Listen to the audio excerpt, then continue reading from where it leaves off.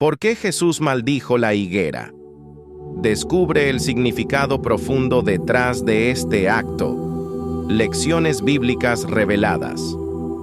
La historia de la higuera maldita es un relato bíblico que ha generado diversas interpretaciones a lo largo del tiempo. Algunos lo ven como un acto de juicio divino, mientras que otros lo interpretan como una parábola sobre la hipocresía y la falta de fe. ¿Cuál crees que es la verdadera razón por la que Jesús maldijo la higuera? Descubre las valiosas lecciones detrás de esta narrativa sagrada. Pero antes de continuar, no olvides suscribirte y activar la campanita. Tu apoyo nos ayuda mucho. Comencemos. El día anterior Jesús había llegado a Jerusalén y había ido directamente al templo, donde observó todo lo que allí se hacía. Marcos nos dice que ya estaba anocheciendo, así que, aunque hubo muchas cosas que le desagradaron, él no hizo nada en esa ocasión. Se fue a Betania, probablemente a casa de Lázaro, Marta y María, donde pasó la noche. A la mañana siguiente, volvió a Jerusalén con la clara intención de expresar su total desaprobación sobre la forma en la que los líderes religiosos de Israel habían convertido la casa de su padre, el templo, en una cueva de ladrones. Sin embargo, Marcos ha colocado lo que ocurrió en el templo entre dos incidentes que tuvieron lugar en el camino. Se trata de la historia de la maldición de la higuera estéril.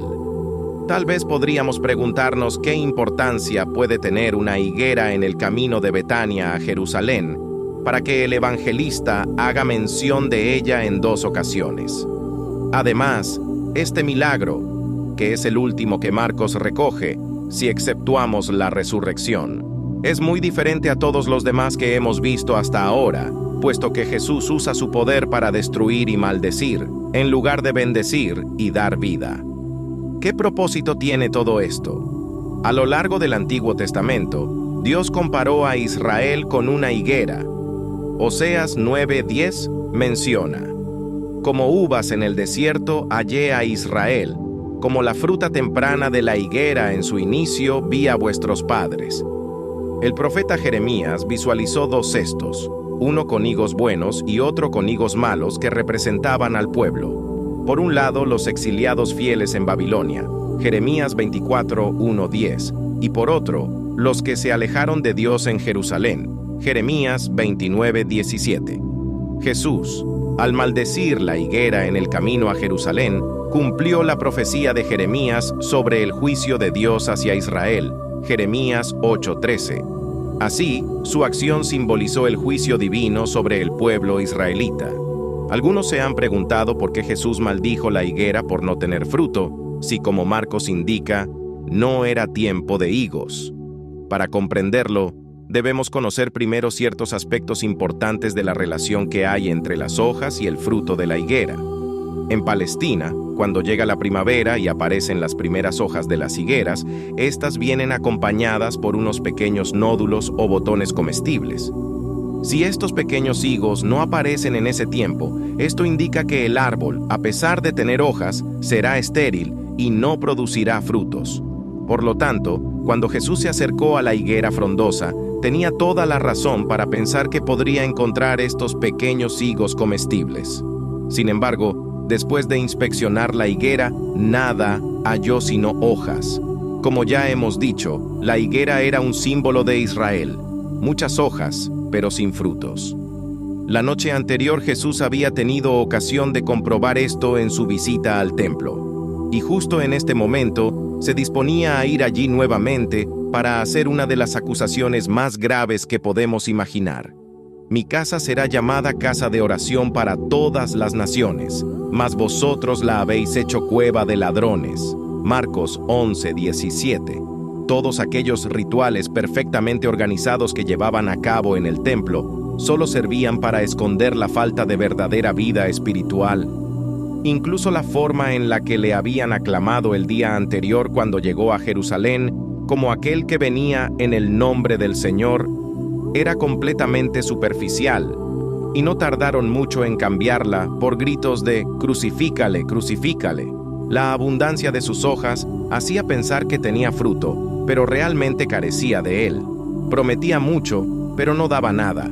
En una inspección oficial antes del juicio, algunos han dicho que si Jesús era omnisciente, ¿por qué fue a ver si tal vez hallaba en ella algo de fruto? Para contestar a esto, debemos tener en cuenta que el Señor estaba actuando de una forma gráfica, con el fin de enseñar a sus discípulos algo de suma importancia y que no debían olvidar.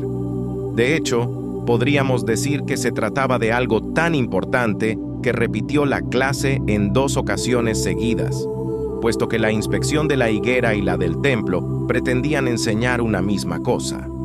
La abundancia de hojas no había logrado evitar que su maldad fuera vista desde el cielo, y Dios mismo se disponía a comprobarlo por medio de una visita oficial antes de emitir su juicio. El lenguaje se reviste de total solemnidad si lo comparamos con el que fue pronunciado antes de la destrucción de Sodoma y Gomorra.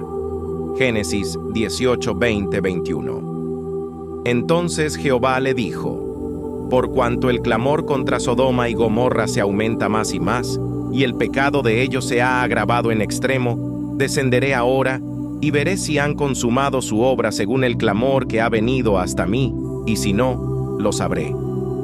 Otro detalle que nos llama la atención es que la causa que dio origen a la maldición de la higuera fue el hecho de que Jesús tuviera hambre. Antes de continuar, no olvides suscribirte y activar la campanita. Tu apoyo nos ayuda mucho. Continuemos. Es cierto que esto nos muestra la perfecta humanidad de Jesús, al igual que otras ocasiones en las que se cansaba, dormía, se sentaba, tenía sed. Pero no parece que este sea el propósito fundamental al incluir este detalle. Además, esta sería la única ocasión en la que Jesús hizo un milagro destructivo y pensando en sus propias necesidades. Por lo tanto, creemos que esto forma parte también del lenguaje gráfico que Jesús estaba empleando. En ese caso, no deberíamos pensar tanto en su hambre física, sino en el profundo deseo que él tenía de encontrar entre su pueblo Israel algo de fruto que diera gloria a Dios. Y por el hecho de tener hambre, deducimos que llevaba mucho tiempo buscando alguna manifestación de este tipo sin haberla encontrado. Siguiendo con la interpretación de este acto simbólico, debemos darnos cuenta que la maldición sobre la higuera tenía la finalidad de ilustrar el juicio de Dios sobre la nación de Israel a la que la higuera representaba. Unos días después, Jesús contó otra parábola en la que volvió a referirse a los judíos que rechazaron a su Mesías y habló con toda claridad acerca de la maldición que iba a recaer sobre ellos por esta causa. Marcos 12:9. ¿Qué, pues, hará el Señor de la viña? Vendrá y destruirá a los labradores y dará su viña a otros. Israel había sido escogido para recibir y transmitir la verdad de Dios en medio de un mundo de paganos e idólatras, pero se había olvidado de su misión y se había entregado al orgullo espiritual y al formalismo ceremonial. Tenían abundante follaje, pero carecían del fruto de la fe y del amor. Esto provocó el edicto final de la boca del Señor: córtala, ¿para qué inutiliza también la tierra? Lucas 13, 6, 9. El cumplimiento de esta maldición se culminó en el año 70, cuando Jerusalén fue destruida y el pueblo judío fue dispersado por todo el mundo. Pero antes de esto, Dios había entregado su viña a otros, a la iglesia gentil. No olvidemos, sin embargo, que este no es el fin de Israel, como Pablo se esfuerza en explicar en los capítulos 9 al 11 de Romanos. Romanos 11, 25, 27. Porque no quiero, hermanos, que ignoréis este misterio, para que no seáis arrogantes en cuanto a vosotros mismos, que ha acontecido a Israel endurecimiento en parte, hasta que haya entrado la plenitud de los gentiles. Y luego todo Israel será salvo, como está escrito. Vendrá de Sión el libertador, que apartará de Jacob la impiedad, y este será mi pacto con ellos, cuando yo quite sus pecados. El pueblo judío ha sido echado a un lado temporalmente, Pero cuando Cristo vuelva a reinar, la nación renacerá y será restaurada a una posición de favor con Dios. Entre otros detalles de esta historia, al día siguiente, cuando volvieron a hacer el mismo recorrido hacia Jerusalén, descubrieron que en tan solo 24 horas, aquella frondosa y vigorosa higuera se había secado desde las raíces. Y aunque Jesús le había dicho que nunca jamás coma nadie fruto de ti, tampoco tenía sentido que un árbol infructuoso ocupara un lugar en la tierra innecesariamente. Todo esto nos lleva a reflexionar sobre el juicio de Dios sobre este mundo. Ahora Jesús responde a los discípulos, aunque estos no habían hecho ninguna pregunta. Y a partir de aquí, comienza a hablarles acerca de la fe, la oración y el perdón. ¿Qué relación tiene esto con el incidente anterior? A primera vista parece que no hay mucha conexión, pero si nos fijamos en el contexto, podremos darnos cuenta de que el Señor estaba enseñando a sus discípulos cómo debían reaccionar ante la incredulidad judía y el rechazo de parte de Dios de su pueblo Israel. Sin duda, los principios que el Señor expuso aquí fueron de mucha utilidad en el comienzo de la predicación cristiana y lo han seguido siendo hasta nuestros días. La fe, combinada con la oración y el perdón. Por supuesto, Jesús no les estaba enseñando el secreto para maldecir higueras o echar montes en el mar. Esto no tendría ningún sentido, ni tampoco era el propósito del Señor. La nación judía había sido maldecida por Dios porque no tenían fe. Ellos confiaban en sus obras y también en su religión, pero no en Dios. Esta fue la razón fundamental por la que vino el juicio sobre ellos.